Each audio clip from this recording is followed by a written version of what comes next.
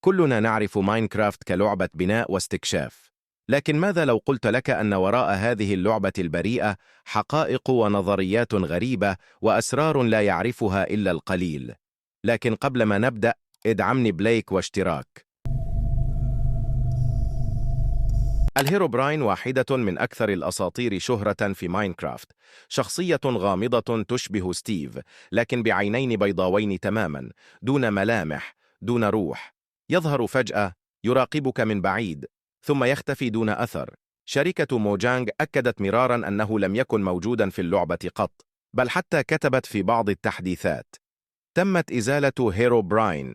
لكن رغم ذلك، عدد هائل من اللاعبين أقسموا بأنهم رأوه، بل أن بعضهم وثق مشاهد غريبة تؤكد ظهوره.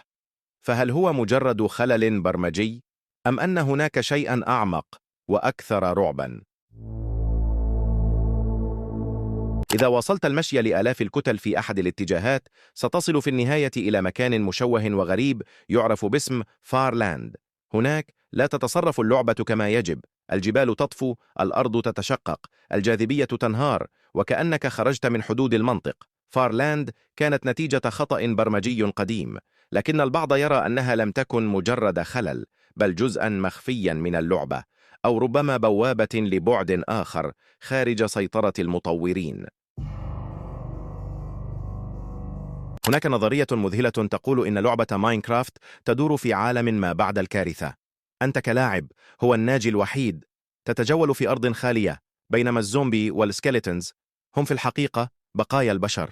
الكريبرز قد لا يكونون مجرد مخلوقات متفجرة كما نعرفها، بل كائنات هجينة ناتجة عن تجارب علمية سرية فشلت في إنقاذ البشرية.